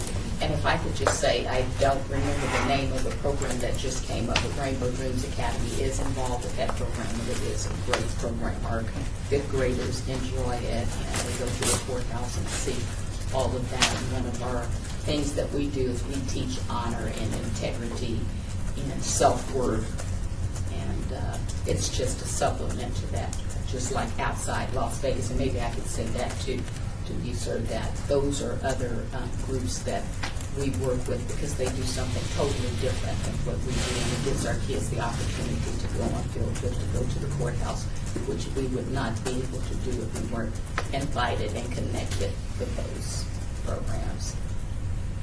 Thank you. Anything else? Thank you very much. Thank you.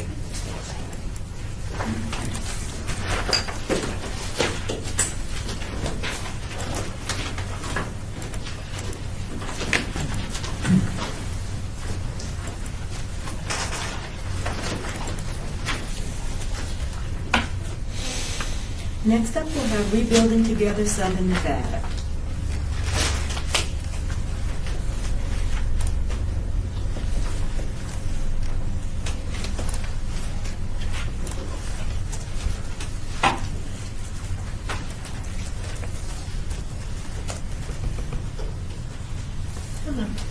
Good afternoon. My name is Cynthia Baca. I'm Executive Director for Rebuilding Together Southern Nevada. Thank you for inviting us to present today. We have worked for a very long time with the City of Las Vegas, and this year we are entering our 20th year of service to the community. Those of you who a long time ago may remember us as Christmas in April. We have expanded considerably since those days to provide greater array and in-depth programs of home repair and emergency critical repair services to the community, as well as volunteer activity. This year we are asking for $29,700 to support our emergency home repair management program and our volunteer program management. In the City of Las Vegas, we are fortunate recipients this year of $149,500 in construction funds to support our program. And we were just recently approved by the City Council for a $500,000 grant program that is a forgivable loan program directed specifically for veterans home repair within the City of Las Vegas. So that will be starting up shortly after we finish our National Rebuilding Day at the end of April. In the last fiscal year, we contracted to provide repairs to 29 low to moderate income homeowners. We in fact leveraged private funds to be able to assist 80 clients in the City of Las Vegas alone. Excuse me. We, through our volunteer efforts, we provided exterior cleanup and exterior painting for 13 volunteer projects in the City of Las Vegas. This spring, we did 4 in the fall that were veterans projects and Make a Difference Day projects that were corporately sponsored with corporate volunteer teams. And we expect to increase that through the summer. We have out-of-town folks who come for conferences here, trade industries, who have chosen to do a day of service rather than a social event. And we just recently completed in the City of Las Vegas 3 homes with 90 volunteers for the Roofers conference that was here this last weekend. We had 92 volunteers, actually. And we had previously provided contractor repairs to each of the homes, and the roofers donated one entire roof to one of the homes. Our emergency repair program consists of year-round services to address critical home repairs such as roofing, HVAC, plumbing, and we use licensed contractors at no charge to the client for that. Our Safe at Home program addresses the issues of ramps, grab bars, thresholds, minor structural repairs needed for wheelchair access. Our Heroes at Home program is a partnership with Sears Holding that provides us some funding directed strictly toward veteran-owned homes or their dependents.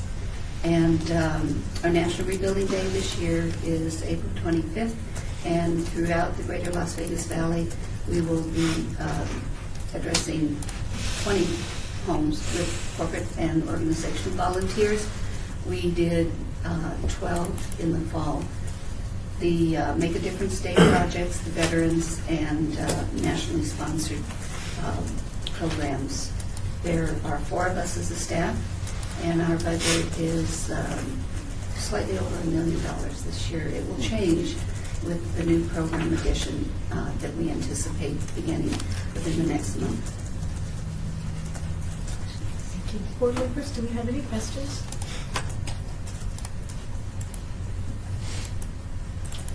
Member Austin. Member Austin. I see, I don't know what question it is because it's in front of the questions, but it says how many clients successfully participated in the program in the last 3 years.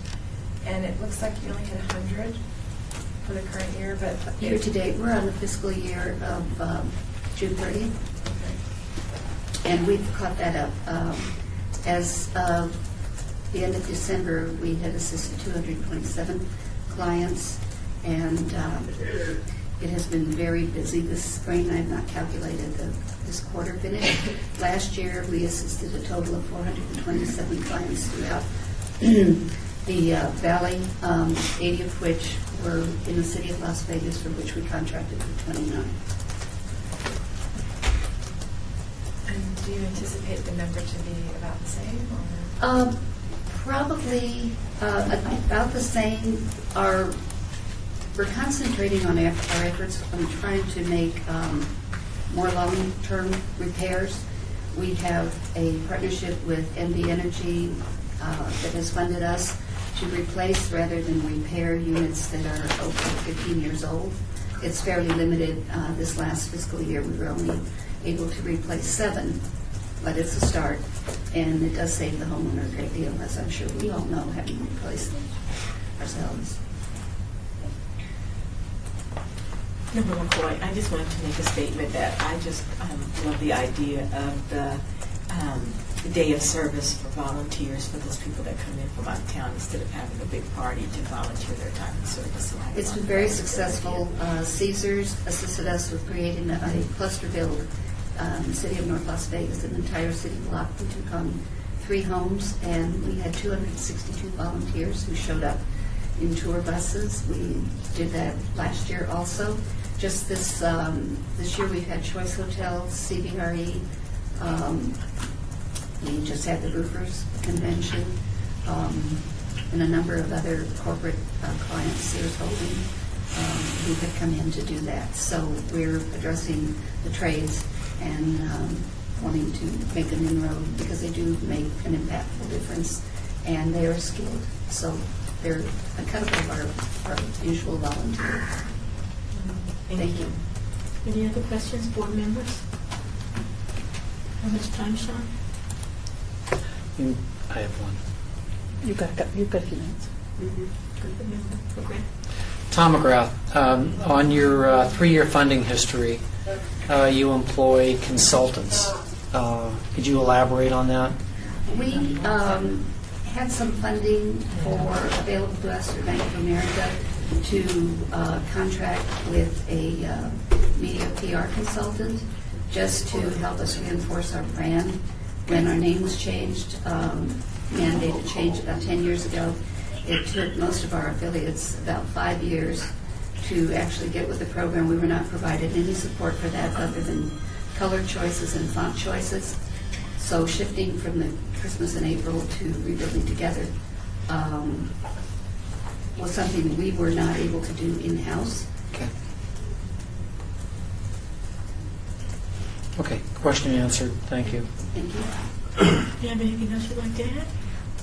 No, I'm sorry to make it so brief. But No, it was just fine. It's okay. You're fine. You did a great job. Well, thank you very much. I do have some here to distribute to you. So.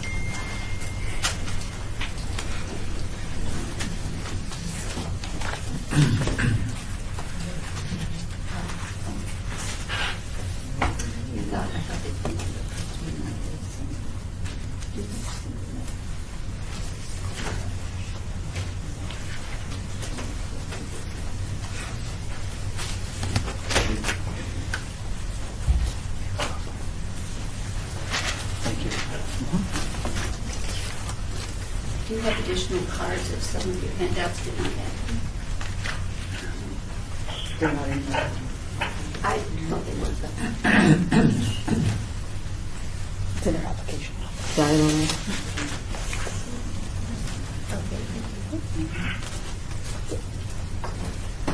Thank you so much. Thank you.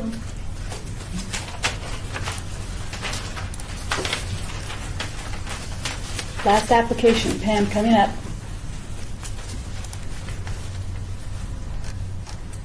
We will have Clark County Public Education Foundation, DBA, the Public Education Foundation.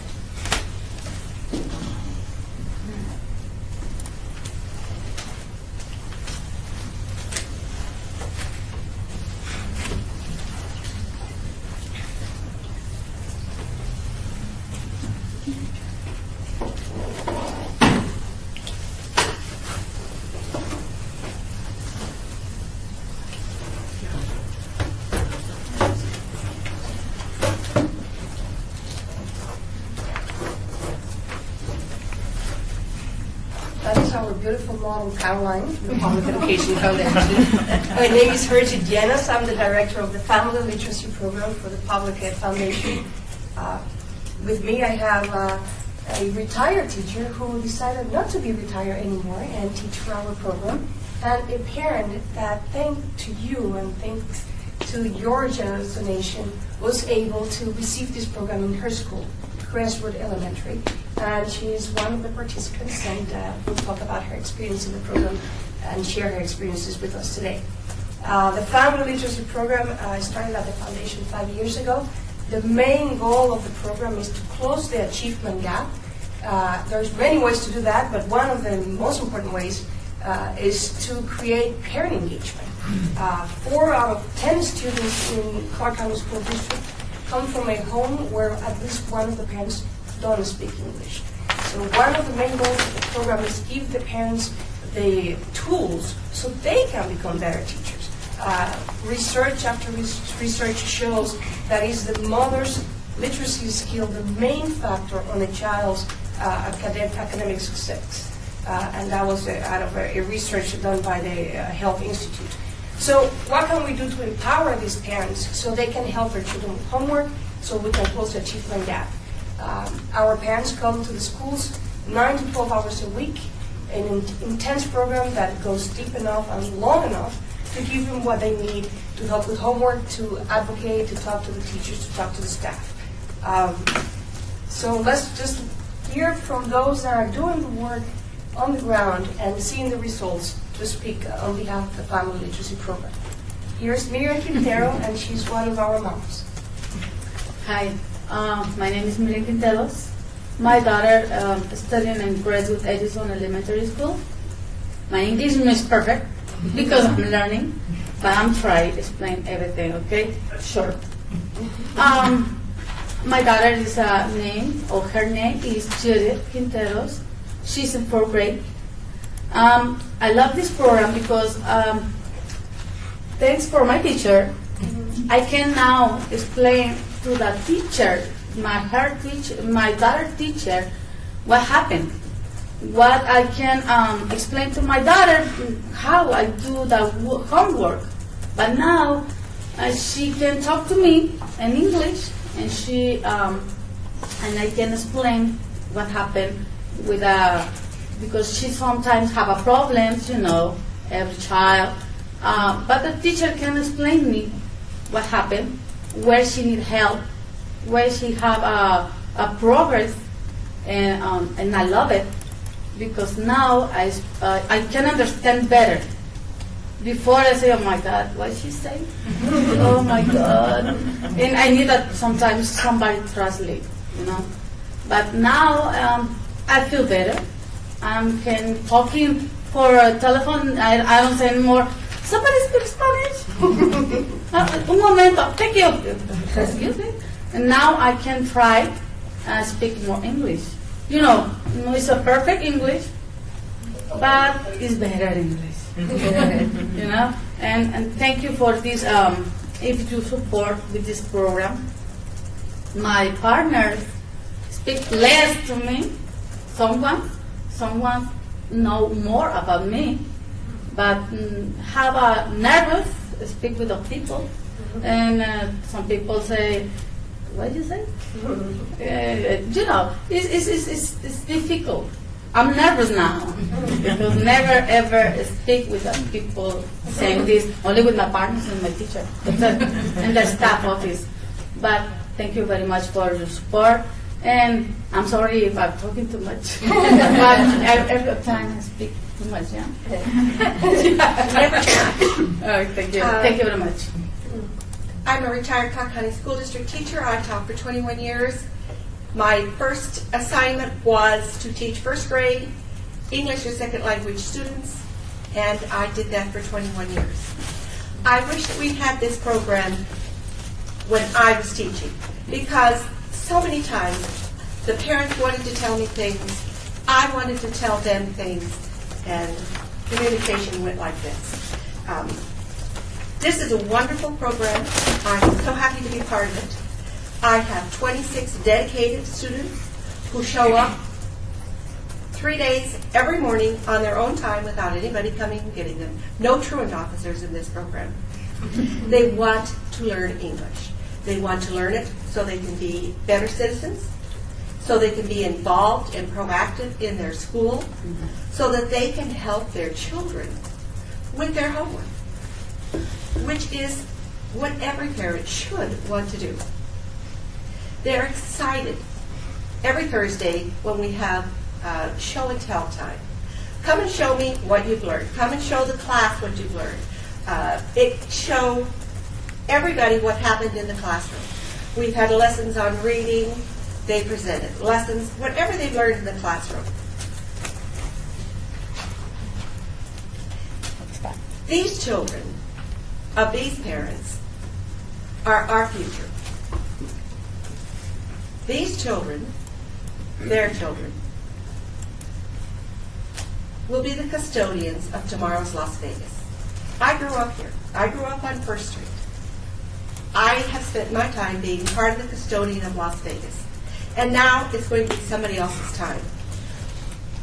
What we invest in these children now will pay dividends to Las Vegas for many years to come. Thank you so much. We got some letters of appreciation from the parents for you to keep, and we're ready for questions. Board members, do we have any questions? I just have a comment. Tom McGrath, I see where your president is Martin Dean DiPaolo, and I've known him for about 8 years. Correct? Yes. I think so. Yeah, I mean, I'm looking at it, but good leader. So. Who's a good leader? The president? Martin Dean DiPaolo. Thank you.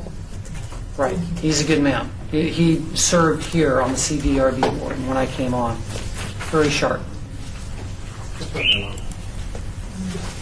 Member McCoy, I just had a quick question on question number 8. I mean, this seems like it's a fantastic program. I was just curious as to year number 3.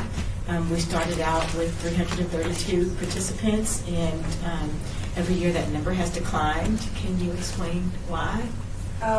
when the foundation started the program, we received a non-renewable grant from an organization called the National Center for Family Literacy out of Kentucky. They received money from Toyota Motors to create this program nationwide. When we started the program, we were rich. We had the money from the grant. So we could go many places and do a lot of things. As the economy crashed and the grant was used, we had to start from zero. Knocking the doors, getting the money, and going side by side. And that's what we're doing now, with your support.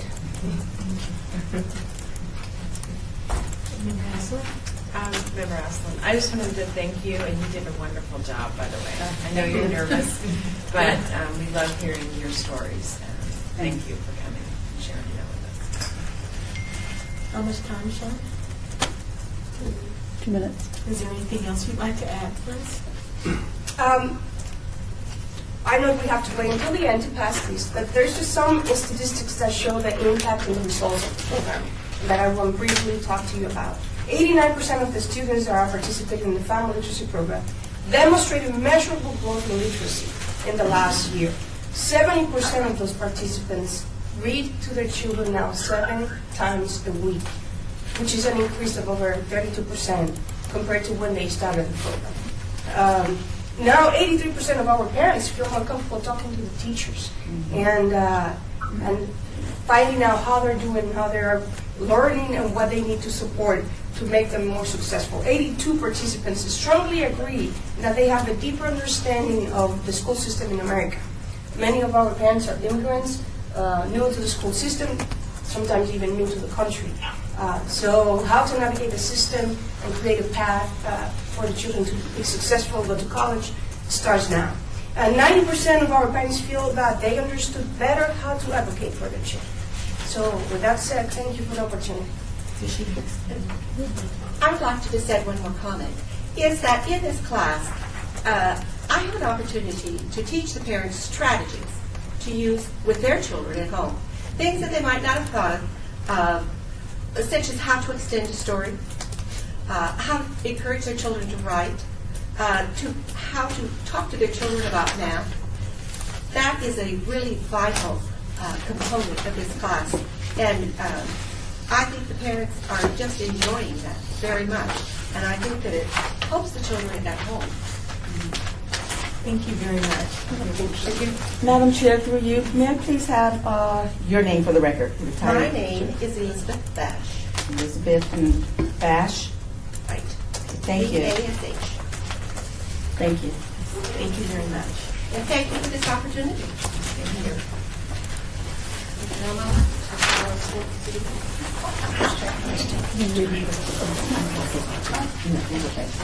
Thank you.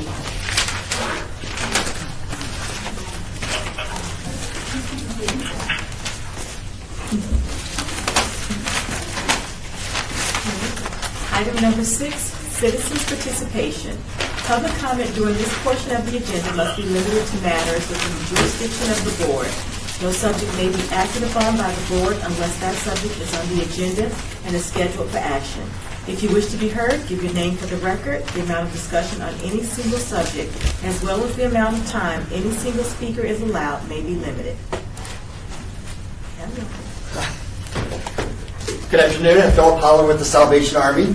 I just want to say, first off, thank you to all of you as members. Now 32 presentations you've heard, 23 for the CDBG.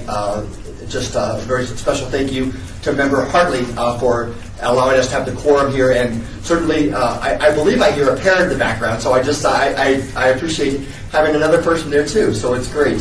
Thank you to the staff. I want to say thank you to kudos to particularly I go to Deputy City Clerk Ms. Coleman over here. I just see her typing away, and I wish I had that ability to type that quickly and capture everything.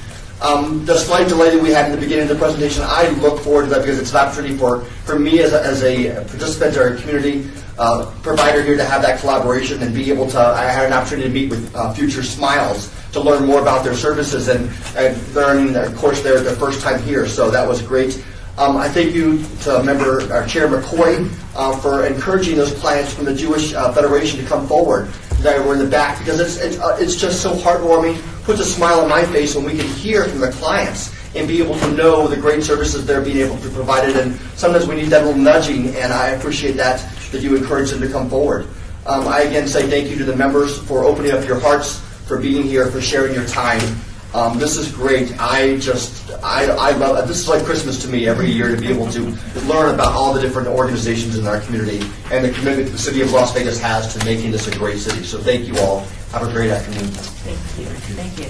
Thank you, Philip.